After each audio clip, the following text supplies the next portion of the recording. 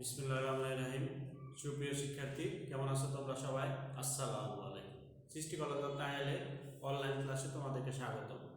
আজকে আমি আলোচনা করব অর্থনীতির প্রথম পত্রের চতুর্থ অধ্যায় বাজার বা মার্কেট নিয়ে। কি অর্থনীতির প্রথম পত্রের চতুর্থ অধ্যায় হচ্ছে কি বাজার বা মার্কেট। বাজার বা মার্কেট কি, কাকে বলে এবং এর উপাদান সমূহ এবং এর শ্রেণী বিভাগ নিয়ে আমি আলোচনা করব। আশা করি মনোযোগ সহকারে সবাই ভিডিওটা দেখবে। তাহলে শুরু করি। প্রথমে কি আমার জানতে হবে কি বাজার কি, বাজার কি বা কাকে বলে।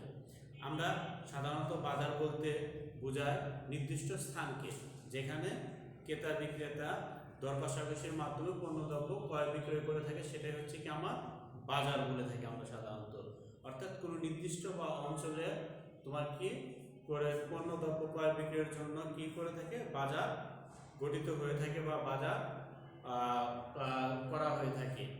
তাহলে অর্থনীতির ভাষায় একে ব্যাপক অর্থে বিশ্লেষণ করা যায়। অর্থনীতিতে বাজার বলতে বোঝানো হয় একটি নির্দিষ্ট সময়ে নির্দিষ্ট দামে ক্রেতা বিক্রেতা দর কষাকষির মাধ্যমে পণ্য দ্রব্য ক্রয় বিক্রয় করার স্থানকে আমরা কি বলবো, বাজার বলবো। তাহলে অর্থনীতিতে তোমার বাজার বলতে বোঝানো হয় কোনো নির্দিষ্ট সময়ে নির্দিষ্ট দামে ক্রেতা বিক্রেতার দর কষাকষির মাধ্যমে নির্ধারিত দামে যে স্থানে পণ্যদ্রব্য ক্রয় বিক্রয় করা হয় তাকে আমরা কি বলে থাকবো, বাজার বলে থাকবো। এটা হচ্ছে অর্থনীতির ভাষা বাজার। এখানে বিভিন্ন অর্থনীতিবিদরা বিভিন্নভাবে সংজ্ঞায়িত করেছে। তেমনি একজন বিখ্যাত অর্থনীতিবিদদের মতে তিনি বলেছেন, অর্থনীতিবিদ অধ্যাপক চ্যাম্পিয়নের মতে তিনি বলেছেন একটি নির্দিষ্ট সময় নির্দিষ্ট দামে পণ্যদ্রব্য ক্রয় বিক্রয়ের স্থানকে আমরা কি বলে থাকবো, বাজার বলে থাকবো।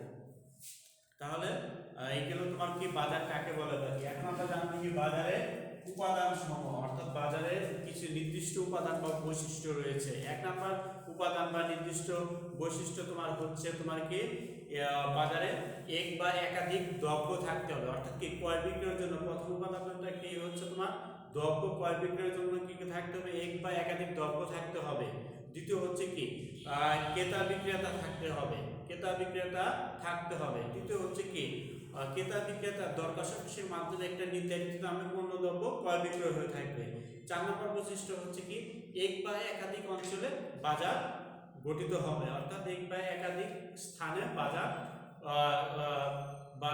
কি হবে, বাজার হয়ে থাকবে, অর্থাৎ বাজার সৃষ্টি হয়ে থাকবে।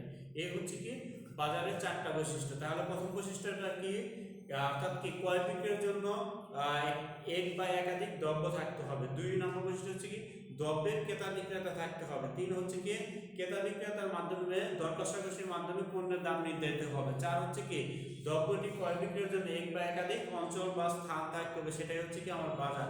এই হচ্ছে বাজারের উপাদান সমূহ। এখন আমরা জেনে নেব বাজারের শ্রেণী বিভাগ, অর্থাৎ বাজারের শ্রেণী বিভাগ। আমরা জানি বাজারকে প্রধানত 2 ভাগে ভাগ করা আছে। একটা হচ্ছে কি প্রতিযোগিতার ভিত্তিতে বাজার, আর একটা হচ্ছে কি প্রতিযোগিতার ভিত্তিতে বাজার এবং অপূর্ণ প্রতিযোগিতামূলক বাজার। এখানে তাহলে প্রতিযোগিতার ভিত্তিতে বাজারকে প্রধানত 2 ভাগে ভাগ করা আছে। একটা হচ্ছে কি পূর্ণ প্রতিযোগিতামূলক বাজার, দ্বিতীয় হচ্ছে কি অপূর্ণ প্রতিযোগিতামূলক বাজার। এখন আমরা জেনে নেব বাজারের শ্রেণী বিভাগ, অর্থাৎ বাজারের শ্রেণী বিভাগ, অর্থাৎ কি নির্দিষ্ট সময়ে নির্দিষ্ট দামে এবং প্রতিযোগিতার ভিত্তিতে তোমার বাজারকে ভাগ করা আছে প্রধানত 3 ভাগে। বাজার তাহলে প্রধানত কয় ভাগে ভাগ করা আছে, 3 ভাগে। একটা হচ্ছে কি আকার আয়তন পরিধির ভিত্তিতে, এক নাম্বার প্রথম শ্রেণী বিভাগ হচ্ছে কি তোমার বাজার শ্রেণী বিভাগ আকার আয়তন পরিধির ভিত্তিতে। দ্বিতীয় হচ্ছে কি সময়ের ভিত্তিতে, তৃতীয় হচ্ছে কি প্রতিযোগিতার ভিত্তিতে।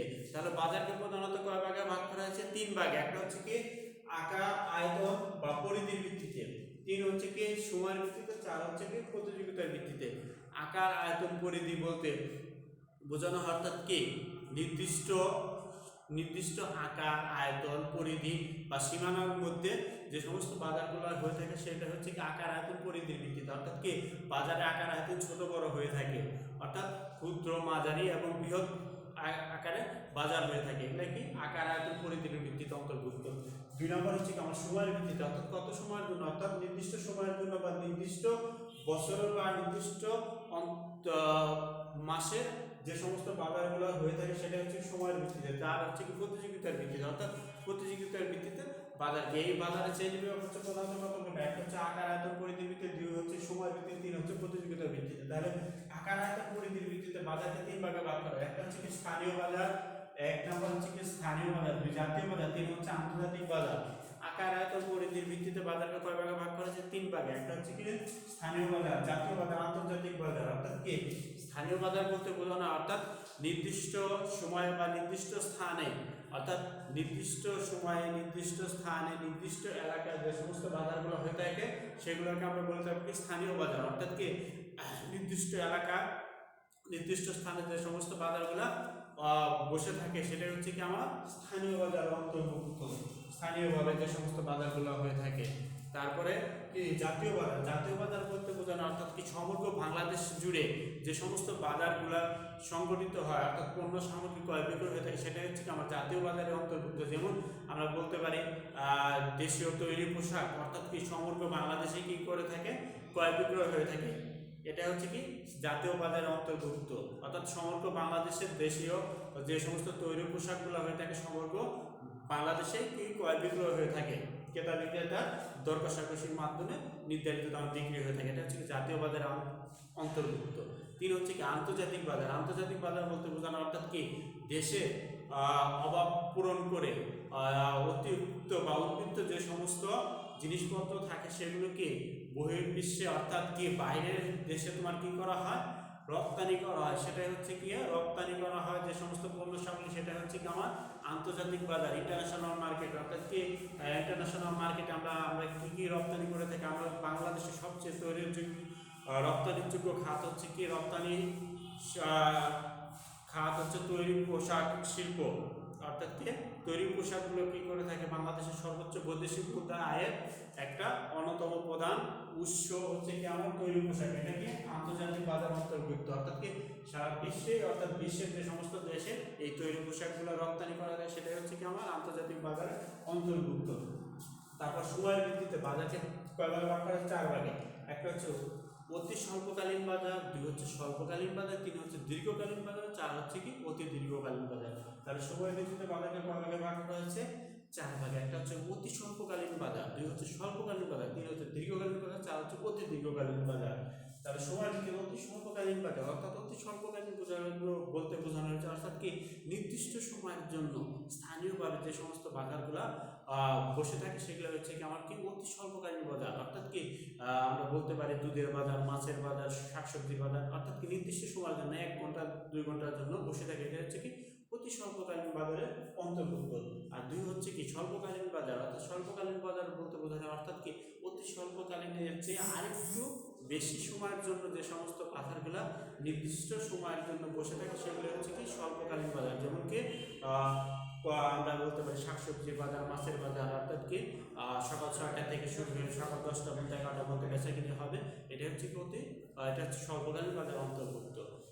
দুই হচ্ছে দীর্ঘকালীন বাজার, অর্থাৎ দীর্ঘকালীন বাজার বলতে বোঝানো অর্থাৎ কি নির্দিষ্ট সময়ের অন্তর্ভুক্ত অর্থাৎ দীর্ঘদিন, অর্থাৎ কি 2 বছর 3 বছর মেয়াদী, অর্থাৎ নির্দিষ্ট সময়ের জন্য অর্থাৎ নির্দিষ্ট সময়ের জন্য যে সমস্ত বাজারগুলা বসে থাকে সেগুলো হচ্ছে কি দীর্ঘকালীন বাজার অন্তর্ভুক্ত। আমরা উদাহরণস্বরূপ বলতে বলা যেতে পারে অর্থাৎ এই তোমার দীর্ঘকালীন বাজার অন্তর্ভুক্ত হচ্ছে অর্থাৎ নির্দিষ্ট দামে এক প্রকার নির্দিষ্ট দামে ক্রেতা বিক্রেতার চাহিদা অনুযায়ী অর্থাৎ কি নির্দিষ্ট বছরে বা নির্দিষ্ট মেয়াদে যে সমস্ত বাজারগুলা অনুষ্ঠিত হয়ে থাকে সেটাই হচ্ছে কি আমার দীর্ঘকালীন বাজার। অর্থাৎ কি 2 বছর 4 বছর 5 বছর পর পর অর্থাৎ কি যে সমস্ত বাজার অর্থাৎ উদাহরণস্বরূপ বলতে পারি আমরা স্বর্ণের বাজার বা হচ্ছে কি আমাদের বাণিজ্য মেলা, এগুলো কি নির্দিষ্ট সময়ের পর পর অনুষ্ঠিত হয়ে থাকে। তারপরে হচ্ছে কি অতি দীর্ঘকালীন বাজার, অর্থাৎ কি দীর্ঘকালের চেয়ে আরেকটু স্বল্প সময়ের জন্য যে সমস্ত বাজারগুলো অনুষ্ঠিত হতে থাকে সেটাই হচ্ছে কি আমার অতি দীর্ঘকালীন বাজার। অর্থাৎ কি এর মধ্যে অন্তর্ভুক্ত হতে পারে বছরে আমরা জানি যে আমাদের ধর্মীয় অনুষ্ঠানে অর্থাৎ কি ধর্মীয় অনুষ্ঠানের মধ্যে ঈদুল আজহা একটা অন্যতম। সেই ঈদুল আজহার মধ্যে কি একটা বিভিন্ন এলাকার বা বিভিন্ন কেন্দ্রের অর্থাৎ কি কেন্দ্রীয়ভাবে তোমার পশুর হাটগুলো বসে থাকে, এগুলোই হচ্ছে পশুর হাট বসে থাকে। অর্থাৎ কি এটা বছরে অর্থাৎ 1 বছর পর পর অর্থাৎ নির্দিষ্ট সময় এ হাটটা বসে থাকে, সেটাই হচ্ছে কি আমার অতি দীর্ঘকালীন বাজারে অন্তর্ভুক্ত। অর্থাৎ কি তোমার ওই যখন আমাদের ধর্মীয় অনুষ্ঠান অর্থাৎ ঈদুল আজহা পালিত হবে সেই উপলক্ষে অর্থাৎ নির্দিষ্ট স্থানে বা নির্দিষ্ট এলাকায় তোমার কি কুরবানির পশুর হাট বসে থাকে। এটা হচ্ছে কি আমার অতি দীর্ঘকালীন বাজারের অন্তর্ভুক্ত। তাহলে সময়ের ভিত্তিতে বাজারকে কত ভাগে ভাগ করা আছে? 4 ভাগে। একটা হচ্ছে কি অতি স্বল্পকালীন বাজার, 2 হচ্ছে স্বল্পকালীন বাজার, 3 হচ্ছে দীর্ঘকালীন বাজার, 4 হচ্ছে অতি দীর্ঘকালীন বাজার। এখন তাহলে আমরা দেখব 3 হচ্ছে প্রতিযোগিতার ভিত্তিতে বাজার। প্রতিযোগিতার ভিত্তিতে বাজারকে 2 ভাগে ভাগ করা হয়েছে। একটা হচ্ছে পূর্ণ প্রতিযোগিতামূলক বাজার, 2 হচ্ছে কি অপূর্ণ প্রতিযোগিতামূলক বাজার। এক প্রতিযোগিতার ভিত্তিতে বাজার কত প্রকার? এক হচ্ছে পূর্ণ প্রতিযোগিতামূলক বাজার, 2 হচ্ছে অপূর্ণ প্রতিযোগিতামূলক বাজার। তাহলে পূর্ণ প্রতিযোগিতামূলক বাজার কাকে বলে? অর্থাৎ কি পূর্ণ প্রতিযোগিতামূলক বাজার যে বাজারে একটি নির্দিষ্ট সময়ে নির্দিষ্ট দামে অসংখ্য ক্রেতা বিক্রেতা পণ্য দর কষাকষির মাধ্যমে পণ্য দ্রব্য ক্রয় বিক্রয় করে থাকে, সেটাকে আমরা কি বলবো? পূর্ণ প্রতিযোগিতামূলক বাজার। অর্থাৎ কি পূর্ণ প্রতিযোগিতামূলক বাজার কি থাকবে? অর্থাৎ কি অসংখ্য ক্রেতা বিক্রেতা থাকবে, অসংখ্য ক্রেতা বিক্রেতা থাকবে, অর্থাৎ স্বাধীনভাবে পণ্য দ্রব্য ক্রয় বিক্রয় করতে পারবে, সেটাই হচ্ছে কি আমার পূর্ণ প্রতিযোগিতামূলক বাজার। তারপরে কি আমরা অপূর্ণ প্রতিযোগিতামূলক বাজার কি বলে? অপূর্ণ প্রতিযোগিতামূলক বাজার এখানে কি তোমার কি হয়তো অপূর্ণ প্রতিযোগিতামূলক বাজারে শ্রেণী বিভাগ আছে। অপূর্ণ প্রতিযোগিতামূলক বাজারকে প্রধানত ভাগ করা হয়েছে তোমার কি 6 ভাগে। একটা হচ্ছে কি একচেটিয়া বাজার, 2 হচ্ছে ডুওপলি বাজার, 3 হচ্ছে অলিগোপলি বাজার, 4 হচ্ছে একচেটিয়া প্রতিযোগিতামূলক বাজার, 5 মনোপোসনি বাজার, 6 ডুওপোসনি, 7 হচ্ছে কি দ্বিপাক্ষিক একচেটিয়া বাজার। অর্থাৎ 6-7 ভাগে এখানে বিভক্ত করা হয়েছে। তার মধ্যে অপূর্ণ প্রতিযোগিতামূলক বাজারে অর্থাৎ কি সেখানে ক্রেতা বিক্রেতা স্বাধীনভাবে পণ্য দ্রব্য ক্রয় বিক্রয় করতে পারে না। অর্থাৎ কি হয়তো একজন বিক্রেতা থাকবে, একাধিক ক্রেতা থাকবে, এভাবে বাধাগ্রস্ত হয়। এটা হচ্ছে কি অপূর্ণ প্রতিযোগিতামূলক বাজারের অন্তর্ভুক্ত। তাহলে নেক্সট ক্লাসে আমি তোমাদের অপূর্ণ প্রতিযোগিতামূলক বাজারের শ্রেণী বিভাগ আলোচনা করব। তাহলে আজকে আমি আলোচনা করলাম বাজার কি এবং বাজার কি বা কাকে বলে এবং বাজারের উপাদান সমূহ বা বৈশিষ্ট্য, তারপরে কি বাজারের শ্রেণী বিভাগ। তাহলে সুপ্রিয় শিক্ষার্থী, আশা করি এই প্রশ্ন দুইটা তোমরা ভালো করে বুঝতে পারছো এবং কারো যদি কোনো সমস্যা থাকে তাহলে আমাদেরকে বলবে। তাহলে সবাই ভালো থেকো, ধন্যবাদ, আসসালামু আলাইকুম।